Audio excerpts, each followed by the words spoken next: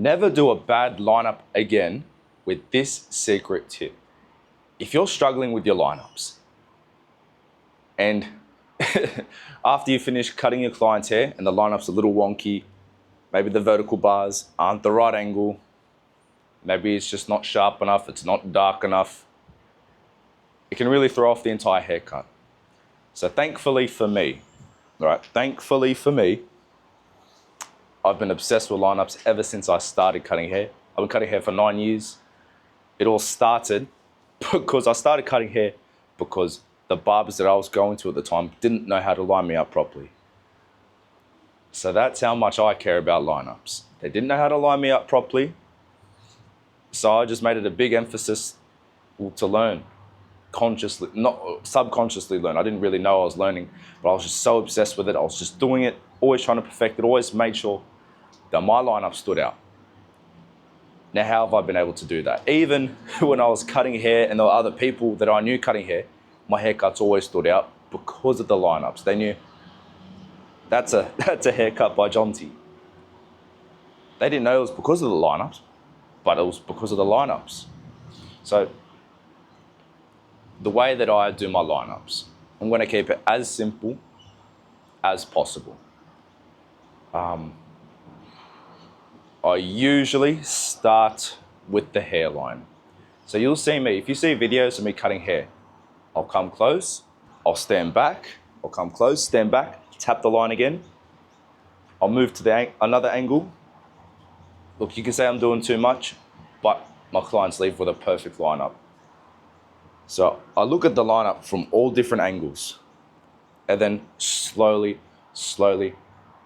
I just create a straight line. So I start with the hairline.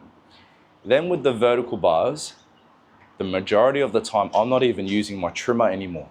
The majority of the time, I'm just using the straight blade straight away, because a lot of the time I find that with the trimmer, it's a lot easier to push my clients back. Sometimes it's just not necessary to use the trimmer, especially with the regular clients as well. It might not be necessary unless you're doing the hooks, the C cups, then maybe I'll use the trimmer, but I don't always use the trimmer.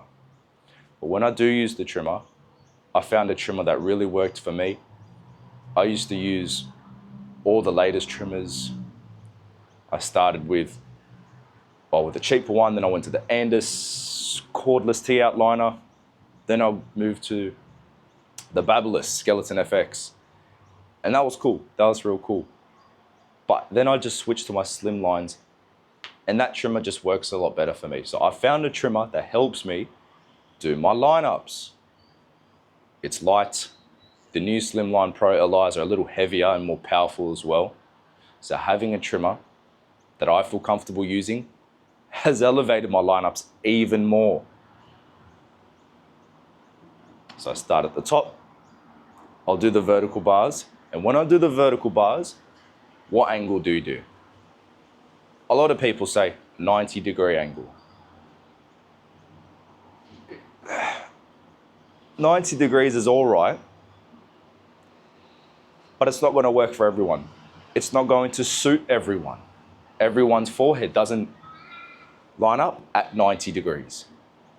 So what I've learned is that there's a more efficient way, a more tailored way to do a lineup that actually looks like it's supposed to be a part of your client's haircut. It doesn't look out of place. The haircut flows all together because of this one trick. Now, I've taught other barbers, friends of mine, I believe they use it, but I was very nervous to teach them this because I knew this was going to upgrade their haircuts and really help their haircuts stand out, and it was the icing on the cake. This tip I hold very dear to my heart because this is what a lot of my pride in cutting kind of evolves around. And you might be wondering, well, what if other barbers watch this? Other barbers might watch this, but I can tell you 1 in 10 barbers is actually going to take this advice on board. That's just how it is. People watch and don't do. Now, what's the trick? All it is, with your trimmer or with your vertical bar, you're going to match the vertical bar to the angle of your client's forehead. That's all it is. If you get a comb or even your trimmer, you line it up. Whatever line this is, bring it all the way to the side, and that's the angle for your vertical bar. The reason this is better than 90 degrees is, like I said again, not everyone's going to suit a 90-degree vertical bar just because it just doesn't work on everyone. And looking at the haircut once it's done, if it's at 90 degrees, it might not flow with the haircut. It might look completely off. But this way, because humans are attracted to shapes and our brains like things that are symmetrical, if your vertical bar is symmetrical to your forehead, it's not only going to help your haircut stand out because it's just going to make it flow like a river, it actually makes your client more attractive. Because it makes them more attractive, they feel better about themselves and they're going to come back to you. The reason it makes them more attractive is, again, it's symmetrical and it just helps your client's look and appearance just flow all together. So that's the vertical bar. Forehead, whatever angle this is, get your comb and just bring it to the side. That's it. Now with the hooks are quite simple. Just don't dig in too deep. You don't want to take the hooks in too deep. You want your hooks to look like, everyone's C cups is going to be a little different, but just remember not to dig in too deep. There are different styles of doing hooks. You could have a C, you could have a hook that looks a lot more like this. You could have it where it's a lot stretched out. And this is the hook. There's different types of hooks. Just remember not to dig in too deep. If it's digging in this way, or if it's digging in up here. You don't want to make the vertical bar super small just because you wanted a sharp C. That's up to the client. But just a rule of thumb, just don't dig in too deep. Because it's going, not only is the grow back going to be ugly, but a lot of the time it looks a bit too much. Now with the blade's pretty simple. Just pull the skin tight and hold the blade flat. What I like to do, on the chair rest, I bring my clients all the way down. It's not common here in Australia. Maybe New Zealand, I don't know. Probably more common in New Zealand if it is.